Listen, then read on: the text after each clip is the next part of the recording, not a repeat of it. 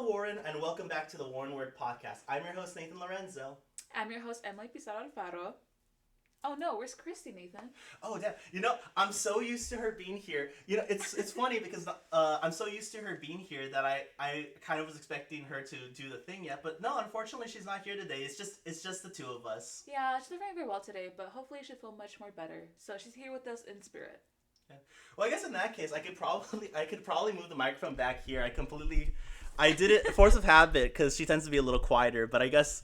Like, I completely did the intro with the mic facing away from me. That's so funny. They probably could still hear me, though. So. Yeah, probably, yeah. Especially with both our have really big booming voices. So, yeah, booming mic here. But, yeah. So, Nathan, how have you been today? Especially this rainy day. It's been pretty good. I kind of like how it's, like, a bit misty. I'm surprised I haven't tripped yet because my shoes usually have, like, very low traction. Yeah. So, I'm just proud I haven't slipped yet. But, it's been pretty good. I have the umbrella with me, but it's kind of been blowing, like, sideways. So, I feel like I can't find the angle to, like, I feel like I'm wet either way. Yeah. Oh my god, same. Because I was leaving my door in my Birkenstocks and they got soaked so bad. And I was gonna cry. I was like, no, not my shoes. So I had to go back and change it to my other shoes. And I just want to say rest in peace, my Birkenstocks. You will be loved. But honestly, I really, really, really love this weather. My hair does not love this weather, but that's okay because, like, I like this weather. And I think it's a really nice weather to have, especially with everything going on, like, climate-wise. I feel like it's nice to have a little rain here. I didn't expect it to be this harsh, but I like it. It's giving, like, Silent Hill, like that one game. Oh yeah. Oh, you know about Silent Hill? You know what's funny because I was thinking of the same vibe too, but I wasn't sure if you get the reference like this. Oh, that's cool. I've never played it though. Have you played it? As a kid, I did. Yeah. Okay. So as a kid, I was never filtered. Like my mom was always working, so I always get to play like GTA or Silent Hill. And I'm looking at the fogginess, and I'm like, I feel like I'm in Silent Hill, and like someone's gonna chase me with a knife or something. You know what's funny? I don't know. I don't know if I'm about to out you right now, but I think the reason why I was thinking about it recently is because even though I've never played the game, there was someone posting about it on the UCSD Reddit who was specifically using the Silent Hill. The Silent Hill comparison, and now I can't unsee it because I've never played the game, but I've seen like videos of it and stuff like that, and like no, it's like on point. No, but... yeah. I saw the exact same thing, and I'm like, they had a kind of valid point, and then I look started playing with it a little bit on my PC, and I'm like, I can see it now. I can see the little mystic vibe, yeah. Especially when it's like foggy and you can barely see Pepper Canyon or Geisel. Oh my god, night too. It's like so spooky sometimes. Like I remember like at night I was walking after like a study session in Geisel, and it was like nighttime. You can't even see your hand. Like you stick out your hand in front of you, you can't even see it. That's crazy. Like I've been staying on campus the entire time because usually I like sometimes when I have free time I like to go off campus just to like drive around for a bit. But with this weather, I've kind of just been staying on campus because like even if I know how to drive, it's just like when it's like really foggy or really rainy, I don't really trust the other drivers. So I've kind of been like, it's almost like being snowed in a sense. No, yeah, I was just came from right now from what's it called? Oh, Balboa, right? To go pick up some stuff, and like the weather was kind of crazy because sometimes like people they know how to turn signals and then they just like merge into a lane without like the signaling, and then like especially with like the water in the ground, if you don't have great traction on your tires, like it's called like hydroplaning, yeah. And thankfully it never happened to me, but I've heard from like other friends it happened to them, and it's like so scary. So if you have a car, make sure your tires are on point, make sure they're all new, because sometimes your tires might do a little womp womp and kind of glide to the ground. But yeah, it's kind of crazy lately.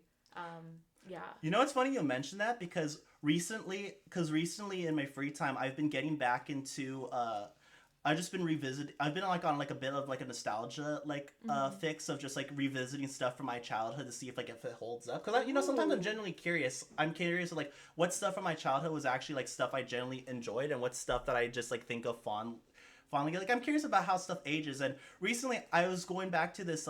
There's a Hot Wheels tie-in movie that I watched a lot as a kid. Yeah. And it's funny enough, I realized they actually taught me some lessons about driving. I actually learned about hydroplaning from Hot Wheels. Oh my gosh, really? Yeah, because, like, I apologize for the viewers at home. I might nerd out for a bit. But long story short, there's this one tie-in movie. It's like a series of movies. And I think they played it on Cartoon Network for a bit, but I just had the box set on DVD as a kid. Yeah. And basically the premise is that the characters, they're like going on like, they're doing like races and stuff, but the different like tracks and like the different courses they go throughout the series Mm-hmm. are based on learning like a specific lesson about driving or racing. Oh, So interesting. one of them is like the water realm, and like in the end, it makes it where like part of the track is like close to the water, so like it's like kind of like flooded. So the Yeah. lesson, and then they learn like in order to win the race, we got to learn how not to hydroplane and stuff So like that. they're already preparing you for adulthood at that point. Yeah, like actually, and it's funny because I thought about it when I was like when it became time to take my learner's permit, get my driver's test and stuff. When I was learning about it, I thought about it like, wait, I remember this from Hot Wheels, and it's Yeah. crazy, you know? No, honestly, I've low key also been the same way, like visiting nostalgic like childhood shows. Like okay, I'm gonna like also geek out a little bit. Well, it's kind of geeking out, yeah. Go for it. So it may sound kind of stupid, but I would say my favorite childhood show was probably My Little Pony. The one from Hub, A Friendship is Magic. Yes, Oh yeah. I love that show. Like sometimes, like I'll be honest, right? Sometimes, like when I need like background noises, I'll put like great. My Little Pony on. So what you're saying is you'd recommend it? I would recommend it's 11 out of 10. All right, I'll be honest. Childhood shows they have really great props. No, they really do. And I honestly like I've never officially seen Friendship is Magic because I think it's one of those things where it's like I kind of feel bad that I missed out on it because I think when it like came out like I heard good things about it, but I think I was just like as a kid I was worried that if I saw it I get made fun of because like it's a girl show, I'm a guy and stuff. But now that I'm older and I don't really care about that stuff anymore, I honestly been thinking about like what, maybe I should watch like rewatch and stuff like that because if it's good then it's good. It's good, yeah. Like I've also been rewatching. All I know is that Weird Al Yankovic is in it and he canonically marries Pinkie Pie. And honestly, that's cheese sandwich. My goat cheese sandwich. My goat for real. He's just like me. He's a like, goat. He reminds me of you actually. Yeah, I love him. Okay. I take that as a compliment. It's a compliment. Yeah. Good. I think I've also been trying to rewatch Very Odd Parents. Do you remember that show? Oh, do I? Yeah. Oh my gosh. I'm honestly hyped that I heard New Wish is good, the new series and stuff like that. I heard it's also good. Yeah. I heard that they did a good job of it being like with like it being like making references and stuff. So. Yeah. Did you see like the live action movie? With Drake Bell? Yeah, Drake Bell. Yeah. I never did honestly. I didn't hear about it until people did like the retrospectives. I only heard about the cartoon series. I wasn't on Nickelodeon a lot, but I'd see it in the background when like I could like go to the dentist, Oh yeah. Like, same with SpongeBob, where it's like I've never seen an episode of SpongeBob. I just know a lot of it from like the memes, and because of how much in culture it is, it's like even though I've never seen the show, I've basically seen the show. No, yeah, like I was never into it as a kid, but lately like my boyfriend was watching a lot of SpongeBob, and he'd be like, "Oh, let's watch it together," and I'm like, "Okay, SpongeBob, let's see how it goes, I guess, right?" Yeah. And then one episode, I'm just hooked, right? Granted, it's the earlier seasons, so, like, exactly. That was the better ones, right? Like the one that SpongeBob goes, "Krusty Krab, yeah." Oh yeah. That was one of my favorite Pizza for you and me. Yeah, I think about it all the time. That's the same one where it's not a boulder, it's a rock. Yeah. Oh, great. Yeah, that one got me hugged. That one in the meme that goes, "Rev up those fryers. I'm sure hungry for." Bro, I don't think I say it out loud, but I'm always thinking about it. Whenever I come in to like the office for like a duty shift or for like staff meetings, I'm always thinking about it. No, yeah. Or like when walking right here, like I'm like, imagine I fall and I'd be like, "My leg." Like it's just so funny. My leg. No, honestly, one of my favorite catchphrases like you say, I always laugh is when you go, "My God." Oh yeah. It's actually from yeah, I actually got that from I think it was from Rick and Morty. I knew it. Okay. No, it's because it's from when he's in the simulation. It's the one guy who's my man. I knew it because I was like, I've been watching more Rick and Morty lately, and I'm like, why does that sound so familiar to me? I'm just like, I don't know. But yeah, it's honestly great show. I feel like the newer seasons at first I was skeptical because I thought they kind of suck. But then I watch it and I'm like, they're not actually bad. Yeah, I haven't seen too much in the new season because basically what happened was I think I started getting into it around the third season, which ironically was when people said it already started falling off. Yeah. And like there's some bits where like I like it, but I didn't end up watching the show just because season 3 had some cool stuff. I thought they were gonna go more with the story, but then they like didn't really touch on it until later. Yeah. But also I think personally, I think the humor is a bit too mean-spirited for me. Like it's not exactly my thing. There's some stuff I like, but then there's some stuff where it's like, it's like it's not my thing. Yeah. But then I saw a clip from the new season, like after they got like the new voice actors and stuff. Oh yeah. And there was one bit where like I was because I was kind of used to like what the Rick and Morty sense of humor.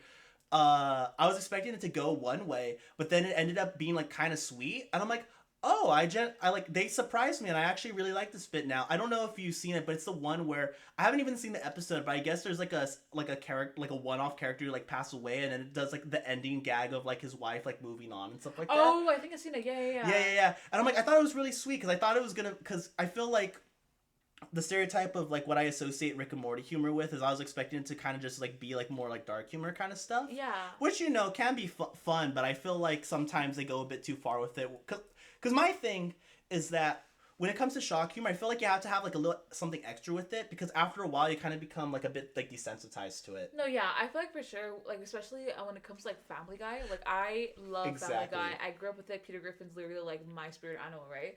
But I feel like lately, like the newer seasons, in my view of it, it's like it's starting to like dry out, but like in the Mm-hmm. way of like it's a lot more cutscenes, which I understand like that's the whole premise of it. And the old Yeah. cutscenes, not the earlier seasons, were so good. Like they were chef's kiss, right? But I feel like now they're just trying to grasp onto like new like trends and making fun of this and that. Where like I feel like the main goal of like adult cartoon humor, it's like the references, but like the old time references. You get what I mean? Yeah, no, I see what you mean. And it's funny you mentioned that because when we were talking about SpongeBob and how you're talking about how classic SpongeBob versus modern SpongeBob, my next example would have been Family Guy because at first I thought when people said that like old Family Guy was a lot better. At first I assumed people were nostalgia baiting, but then I actually saw a couple episodes of like the first like 1 or 2 seasons of it, Yeah. and it's like a different show. That's what I'm saying. Yeah. But like in a good way. It's like Yeah. that's crazy. So it's like like now I get the hype of like, cuz like yeah, they had like the cutaway gags, they had like some like dark humor kind of stuff, but Yeah. I feel like there was a lot more like I don't know if heart's the right word, but there's a Yeah. lot more to it. It felt like a lot more genuine and it felt like a lot more like Yeah. a lot more balance, Yeah. but and stuff like that. But it Yeah. is what it is. I understand with something like Family Guy,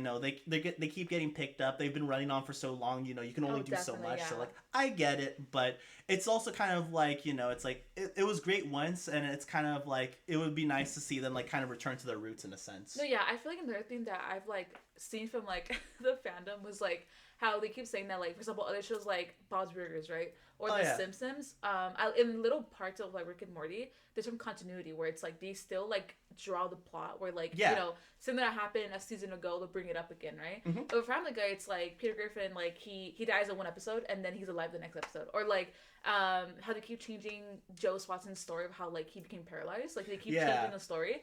People are like at this point like it's just like it's not even like a show like a show. It's just whatever the joke of the week is. Yeah, but then again, I feel like Seth MacFarlane doesn't write for the show anymore. Like he doesn't. Oh, he only voice acts it, but doesn't Oh, write yeah. anymore. I think that's where it fell I think off. that's a part of it because I don't know if he still writes for American Dad, but I've heard that like I've heard people say that like American Dad's better in a Oh, similar way sense. better, way Yeah, better. and I've seen some bits from it, and I feel like I like a lot more. At least like modern American Dad seems to be better than the modern Family Guy. I don't know like how it would compare to like overall, but Yeah.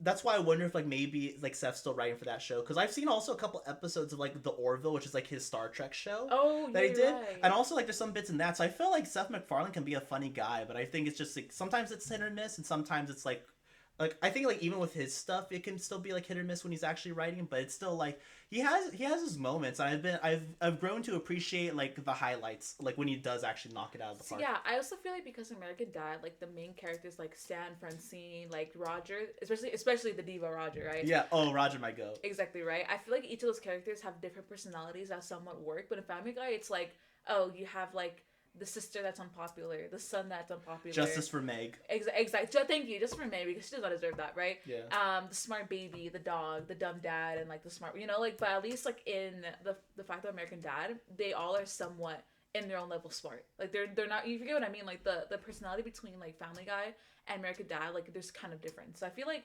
that's the reason why American Dad's, for my opinion, a lot more better in a humor sense of way. But I grew up with Family Guy. I'll never hate on it. I love Family Guy. I will watch it till like I die. But like I feel like to give respect, American Dad was just so good. I feel like it's just so good. Yeah. Yeah, but I feel like also like there's like another show like I was thinking of right now. It's like an adult show. Smiling Friends. Have you seen it? Oh yeah, I've seen it. I don't think I've seen all the episodes, but I think I've seen enough to have like a good grasp on the show. It is so good. Honestly, I feel like that is literally like what's keeping like American adult cartoons alive. Yeah, and I think it's also because I feel like it's interesting because it's definitely like to me it feels like a change in the era because it's using because even though it's still like it's on streaming services and it's still like like on cable because it's on like Adult Swim, Cartoon Network. Yeah.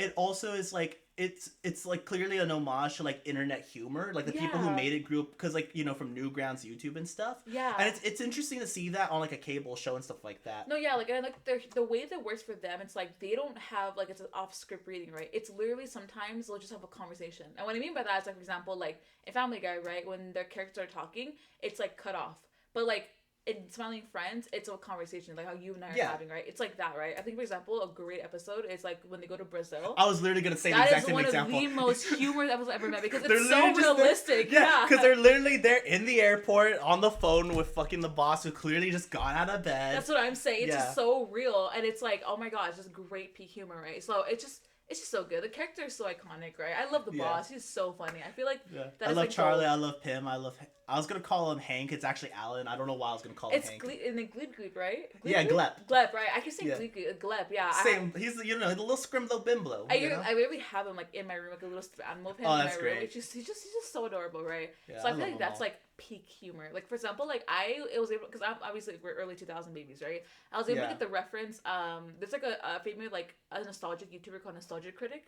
Oh yeah, I popped off when he showed up. I was freaking out. I was so glad they got this guy. They got him. So for those of you don't know, Nostalgia Critic is basically this guy named I think it's Doug Walker. Doug Walker, right? He is very known for basically being criticizing, giving his points of views about movies, TV shows. A bad credit card. Yeah, he's so funny, and like we grew up with him as a kid, right? So seeing him like now in the modern times, like he was in there, and the thing about really Press is like he has very like views on different shows, right? The fact that he agreed to get on the show, that's how you know the show is so good when he agrees to get on it. Yeah. So when I saw him, I was like freaking out. I was like, "Oh my gosh, my king right there! It's on TV." Yeah, it's so cool whenever like even if I don't get all the references, especially because I grew up on like YouTube a bit, but I didn't really get into I didn't really grow up on Newgrounds, and I feel like a lot of like the Newgrounds centric stuff goes over my head. Yeah. And stuff like that, but it's cool whenever I get to see like someone explain like all the references. Like, I was like, oh, that's cool, neat details. But some of the ones I noticed and stuff like that was. In the one where he goes to meet Shrimpina, there's the guy. There's the guy. I think they actually got chills where he's like, number 15. I'll take the number 15. Yeah, the Burger King foot lettuce. I saw that. Yeah, they get the Burger King foot lettuce guy. I think the guy who voices Shrimp is the guy who did the Salad Finger series, which I didn't grow up watching. Serious? I didn't grow up watching, but I think it's the guy. No way. I could be wrong, but I'm pretty sure it's the guy. Yeah. Oh my gosh. Yeah, no, like... And it makes sense, because when you hear, like, his voice, I think it's a little similar. Like, how do I look, felly yellow man? No, yeah, the one that reference that got me too is I grew up with a lot of YouTube, like, early 2000s YouTube, right? Again, same thing with you. I've never really grew up with, like, Newgrounds. Because I was more, like, 2010s YouTube. It took me a bit, I didn't get into YouTube until, like, 5th grade, so it was already, like, mid-2010s when I got into it. I got into it when I was, like, in 1st grade. Because, again, I didn't have I got all liberty with, like, using internet, right? So, there's reference to this, like, I Feel Fantastic. Oh, wait, that was in Smiling Friends? Yeah, it is. Yeah, it's the doll that stands behind them. Yeah. So again, I didn't know that. So I Feel Fantastic is kind of like a shock horror kind of video where like it's fake, right? But basically like a doll that says I feel fantastic, and it's supposed to give you like shivers, like really scary, right? I thought it was a real person. It's the one dancing, right? No, it's like a doll. It looks like a doll. Yeah, it's like a tall like I thought it was the one that's like dancing and she's like in like a ballet outfit or something. Oh no, it's like another one. It's like the Nostalgia Critic, and then it's the doll that stands right behind like Alan, Charlie, and the one that jump scares them. Yeah, that one. Oh, that's what that was a reference to. Yeah, so it's a reference to the early. So that was basically like considered one of the OG like horrors in early 2000s. Yeah. Because a bunch of conspiracies, like the guy who like. Actually his like supposedly kill people and the victim's clothes was a doll was wearing, but it's all fake. Like it's all just like an yeah. It's like little creepypastas, urban legends. Exactly, yeah, right. So the fact that they had him there in that like show, I was freaking out. Like I could not like stop screaming because it was so many references to my childhood. I was like, no way, it was so nostalgic. No, nostalgic. You say nostalgic. Say that again. Hello, Nostalgia Critic. Oh, that's so silly. Yeah. Well, on the topic, I didn't know you were a Nostalgia Critic fan, but I guess it makes sense in hindsight. Do you have like any videos from him that stand out? Because I have a couple. Ooh, okay. I like the Swan Princess one where he interviews. He does a Swan Princess. It's so funny the way he reacts to it. I remember it, but I think I've only seen it once. So I don't remember any highlights, but I have seen that one. Yeah. Yeah, I'm trying to remember a couple others I always like to. I just remember when he like catches the arrow and like throws it back. I thought that was the coolest thing ever. That was really cool. Yeah, I'm trying to remember. I've never seen the movie. What was the other? Oh, when he did the Lorax. Oh, it was so funny. I love when he did the Lorax. It was so funny because he made I think it was Zac Efron whose voice act as the was guy. Zac Efron in the video? No, he wasn't, but he's the one who voice acted. No, yeah, and Taylor Swift is the girl, and she doesn't sing in the movie. Yeah, which yeah, yeah, I thought yeah. was the weirdest thing. It's And like, he would make comments like that too. What you're saying, he would Yeah. make comments like, "Oh, like, this is a weird pairing. Like, get this guy, Yeah. Zac Efron." but also because he's like a kid. He's like supposed to be like this small kid, but he sounds like Zac Efron, just adult man. That's what I'm saying. Yeah, and like Yeah. he's the exact supposed to be same 14. No. I think 14 or 16 is the name of the older girl. He's supposed to be younger. Yeah, like why would you get like a 30-year-old man to voice act like Like a 10-year-old. A 10-year-old, like, are you like? Ain't no way. Ain't no way. Yeah, so I think those two are probably my top. There's a bunch of more, but I can't think of it right now. But I feel like those two are the ones I remember that I really love. But I'm interested by yours. Like, what's your biggest like about him?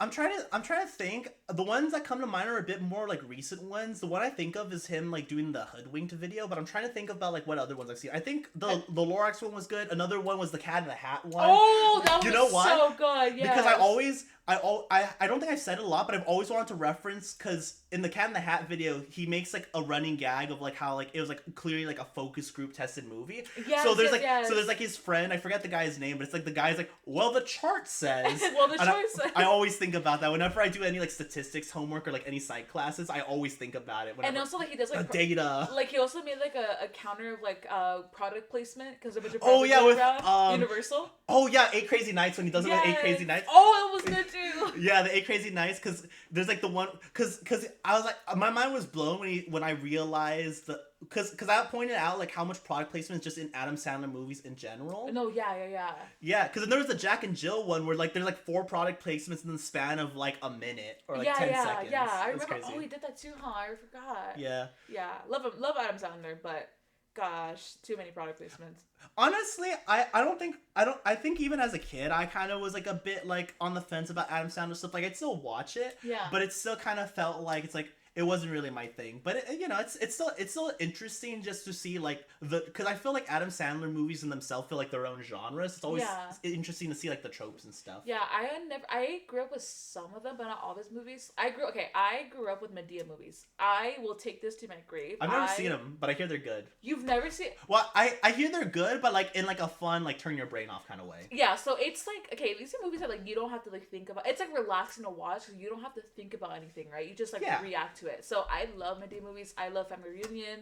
I love everything about it. When Medea goes to prison, I think that was my like childhood like popular movie series. I guess Medea. So like for example, I never grew up with like Adam Sandler's like Grown Ups or Mean Girls or White Chicks until I was a bit older to watch it. Yeah. You know what's funny? I didn't know White Chicks existed until sophomore year of high school. Really? Because I was in my AP European class and we were watching a movie called Life is Beautiful, which is supposed to be like a movie about like it's a very serious movie about like a person's not like a biography. It was a very serious movie about like a guy and his family going through like the Holocaust and stuff. Yeah. And because it was a serious movie and because we were a bunch of high schoolers, the teacher thought that like as a way to like lighten the mood, he immediately played White Chicks right after, which is an interesting juxtaposition to go from a Holocaust movie to White Chicks.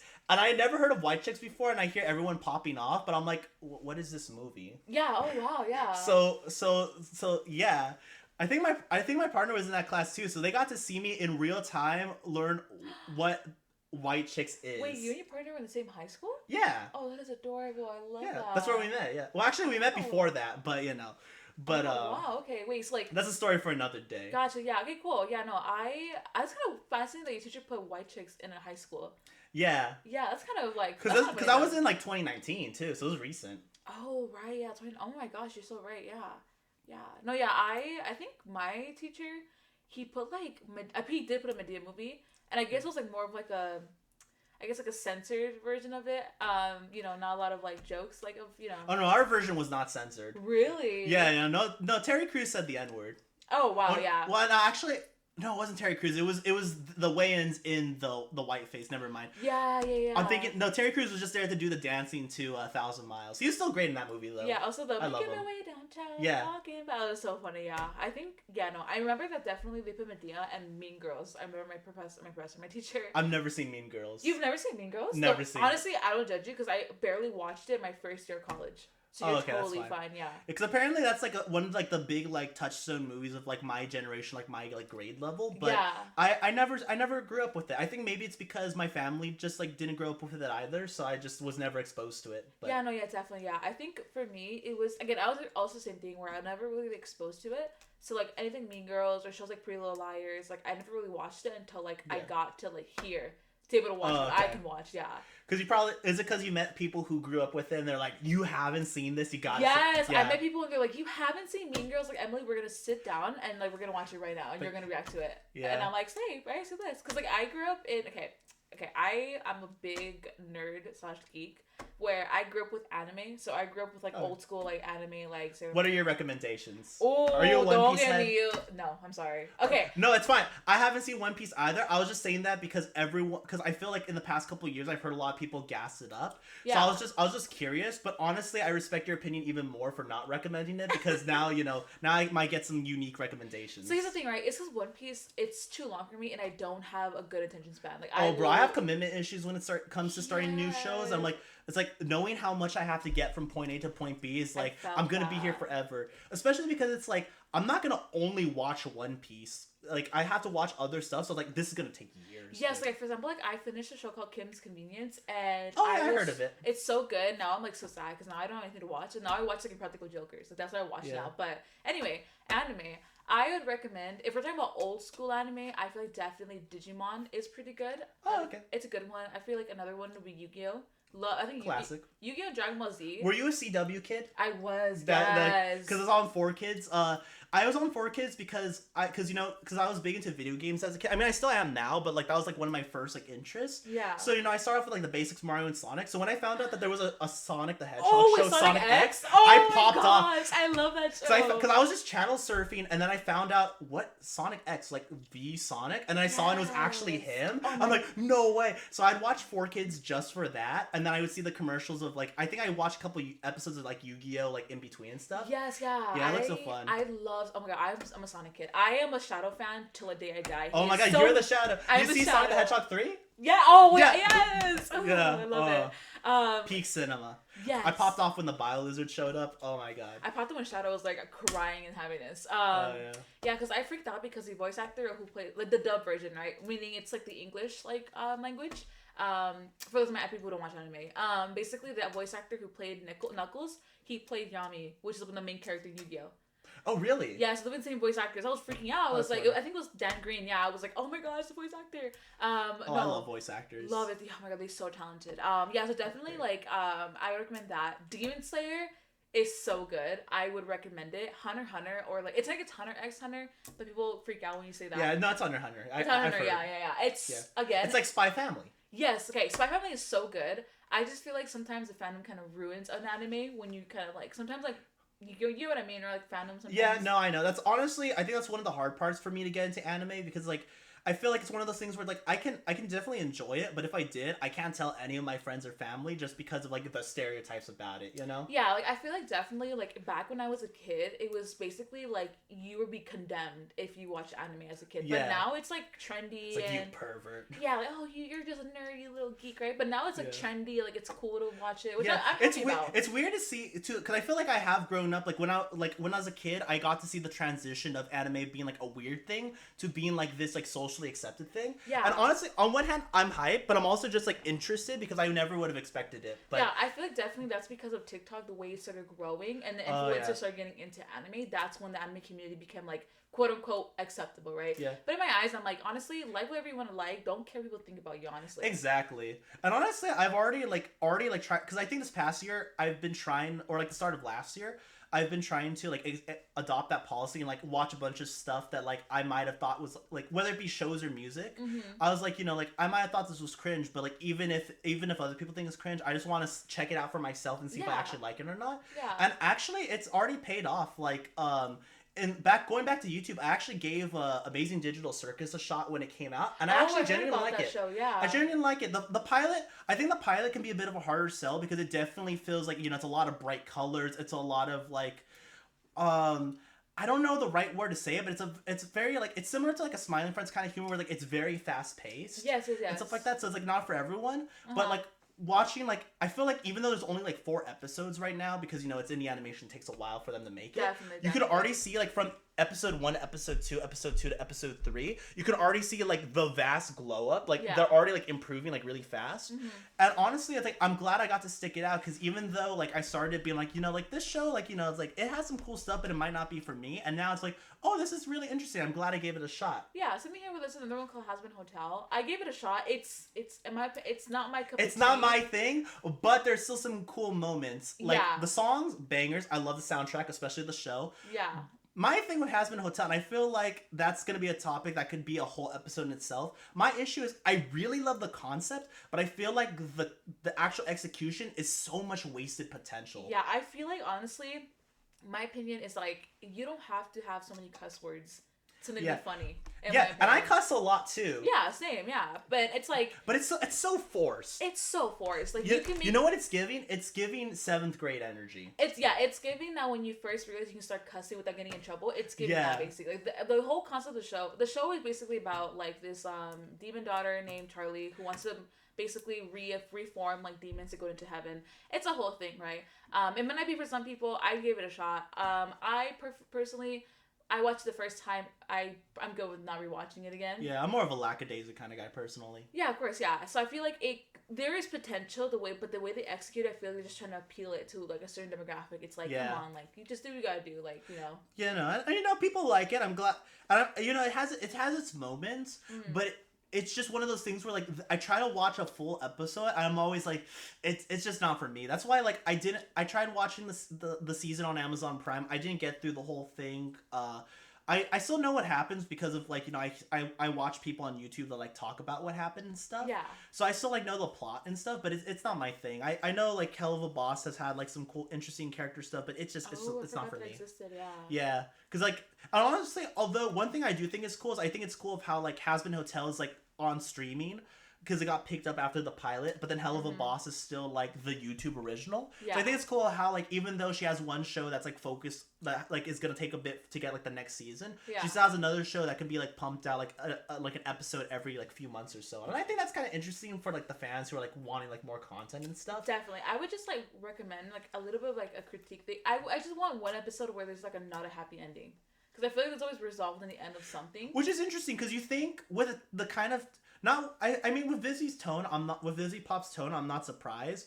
But I feel like especially with the show where, like, it takes place in hell and it's supposed to be, like, about morality and stuff. Yeah. You think that it would do more complex stuff like that, but it always takes the easy route. And it's like, come on, like, honestly, if you have this great concept, you better make it all, Don't let any, like, fandom or, like, executive producers, like, change your artistry, right? Yeah. And I feel like that can apply basically anything else, like, especially if you're in the arts or, like, music and you have executives telling you to change one way, just keep the way you are. Keep the way you want to make music, the way you want to make art, your style, Exactly. Yeah, so justice out there. Yay.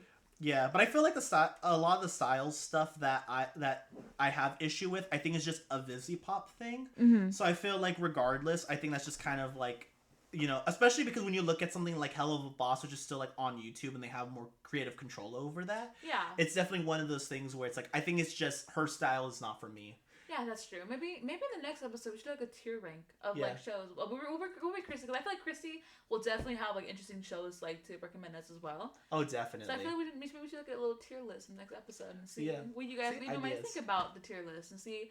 Maybe comment under this what kind of shows, like, you guys watch and what were your thoughts on, like, the shows we mentioned before.